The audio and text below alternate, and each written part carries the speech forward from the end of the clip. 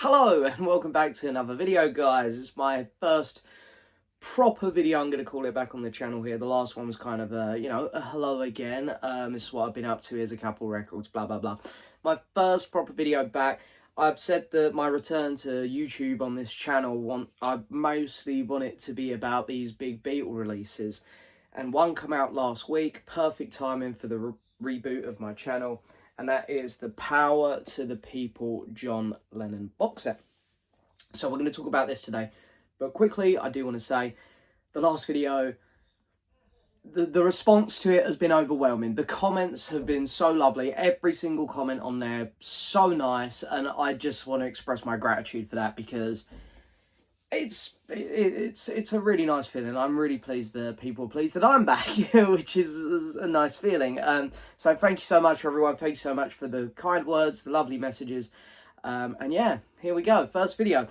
So there are a lot of versions of this that come out, of course. You have regular CDs, a regular 2 LP set, and a couple different versions of the box set. Now, ideally, if you want the most content, the one to get is the CD box set. I think it's got 8 CDs in, 3 Blu-rays, something along those lines.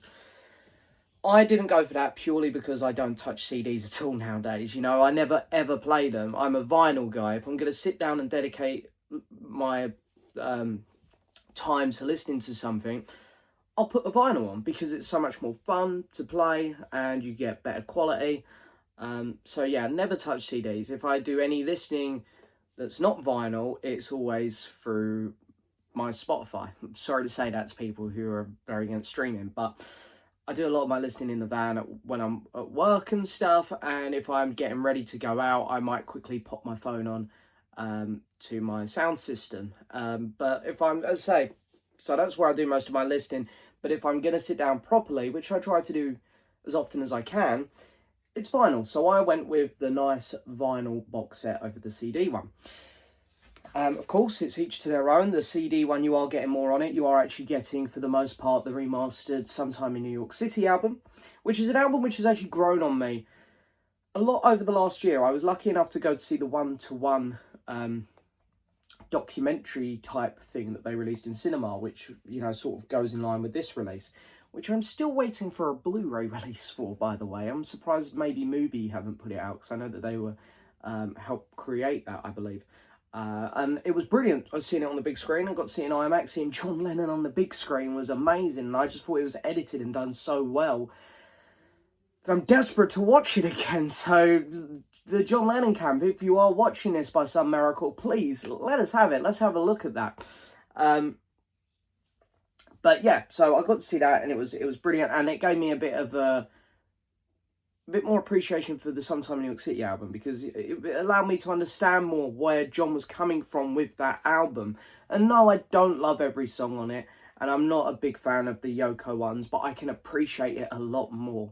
So with the CD box set, you get all of that, apart from the opening track, because obviously the word that John says in it, and look, I don't want to get into that topic too much. I think it should be on the reissue. It's a part of the album. It's a part of the history of John Lennon. It's an important song in his catalogue, and I think they should have released it. I know it's a controversial one, and ideally, yes, Lennon, I completely get where Lennon was coming from with that song, and he was right. It's a woman in power movement, but maybe he could have used a different word. I don't know. I don't want to get into that.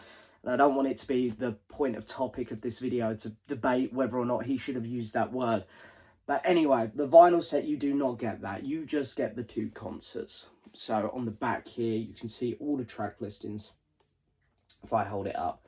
And it's a beautiful box. Mine did come. The spine, which faces outwards, is lovely, but I have a little bit of an issue on my copy. Yeah. Some of the ink is smudged off, so that's a bit frustrating, but anyway, it doesn't matter. It's on the spine that's not showing out. And I love these kind of lenticular kind of covers you get. It's very similar to the George Harrison box set one. The only thing I wish they would do with releases like this is give us like a plastic outer sleeve that comes with it, because this is going to get scratched up over time if you're pulling it in and out a lot. Of course, that's not to say you can't give it a plastic protector yourself. Of course you can, but it'd be nice if they provided one, I think, if they're going to do a lenticular cover.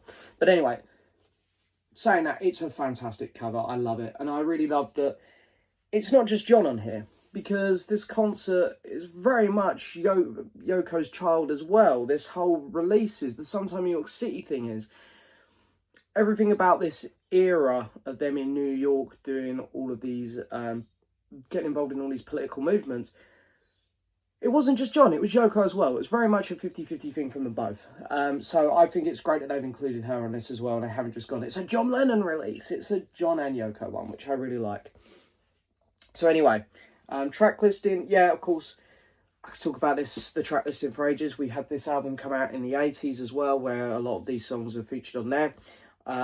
It's mostly Lennon solo stuff, and of course some Yoko songs. The only one he goes back to do is Come Together from the Beatles era, which is good that he's really focusing on his solo stuff here. I think it's something which I wish McCartney would do sometimes a bit more, even though I get it, you know, the fans want to see him perform Beatles songs. But anyway, I'm not going to get into that either. But track listing's great. And yeah, it's a fantastic concert to listen to. So anyway, let's take this up. So this sort of just comes off like a lid. A bit difficult to do on camera here. Hang on. There we go. And it's a nice hardbound box as well. Inside, you get this, and this is what I mean. A little plastic protector like this for the whole box would have been nice, actually. But yeah, so on the front there, we have John, of course, Power to the People. You got your little ribbon here, like most sets will come, and you know, pop this up, and everything comes out. So, let's have a look. We're going to go in order of how things come out of this set. And I also did keep... Oh, hang on, 1 second. I'm having some technical difficulties here off camera. Did also keep, and it's, what's he got caught on here? The hype sticker, because this come on the packaging, and I didn't want to get rid of it. And you also got the other little hype sticker there on the bottom there. So anyway, I could read that if you want. It's 4 LP plus an 8-page booklet, completely remixed from the original multi-tracks. So yeah, there we go. So anyway, the first thing that comes out, of course, is the record itself. And as I say, it comes in this lovely glossy plastic protector. So just take that off like so. And on the back, again, you just have some information. And then in here, you've got both concerts. So that you've got the first one.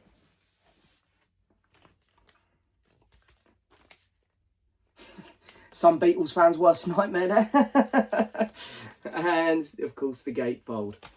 And then, of course, you've got both records, which are housed in these lovely sleeves with very light protective on the inside, it seems.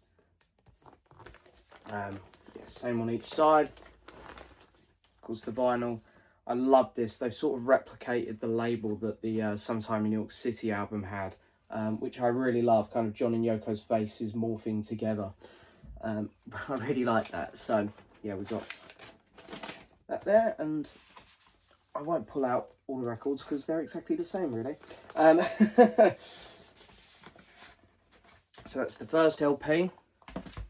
And then, of course, the second one.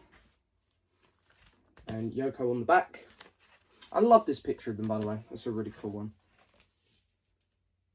And we have the band, the Elephant's Memory Band. And the inner sleeves are exactly the same on this one. So they're the two vinyls. And then inside you also get, you get the 1-to-1 ticket. And you can actually do this really cool thing when I think it was right before they announced this was coming out. You could like go online and sign up and get your own personal digital ticket with your name on, which I did, which was very fun. And I've got that saved somewhere on my phone. But here is the 1-to-1. It's a backstage pass.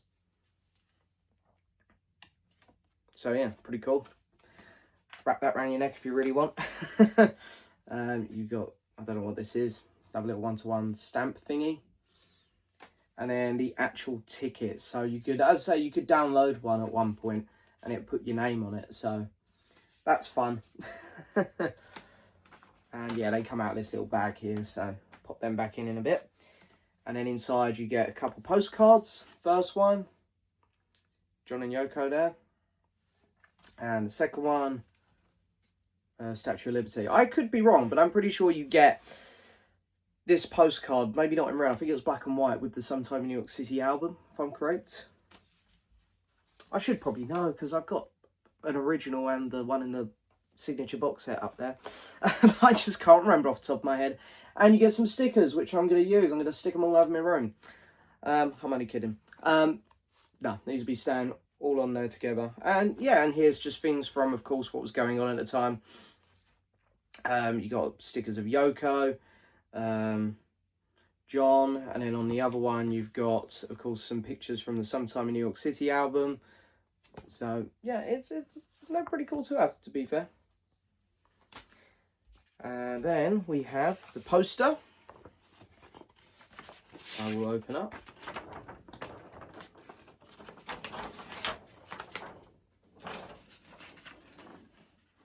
Lovely poster. But yeah, it's cool. It's on like a thin paper, like almost newspaper material, kind of going in theme with the whole Sometime in New York City album. And then you get a very small book, which is what I'm a little bit jealous of with the CD box. It does look like you guys got a much bigger and nicer book, which is what was swaying me a little bit to maybe go for the CD set. But anyway, this is still nice, just not as nice.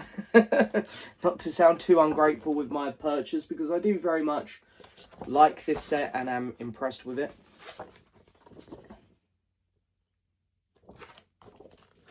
So yeah, there we go. That's pretty much it. I say for this set, I'm mostly happy with it. There's a couple small things that I would have done different. A bigger book would have been nice, but in terms of the packaging, it's really nice. And the album itself, you know, it's probably not the greatest live album ever, but I think it's a very enjoyable one, and it's great to hear John live, because we didn't get to hear it very often at all, which is such a shame. But yeah, it's a beautiful set, and if you can pick it up, I definitely would. What version? That depends on yourself, your preference and whatnot. But yeah, I'm very happy with it. Guys, I hope you've enjoyed. I hope you enjoyed the video.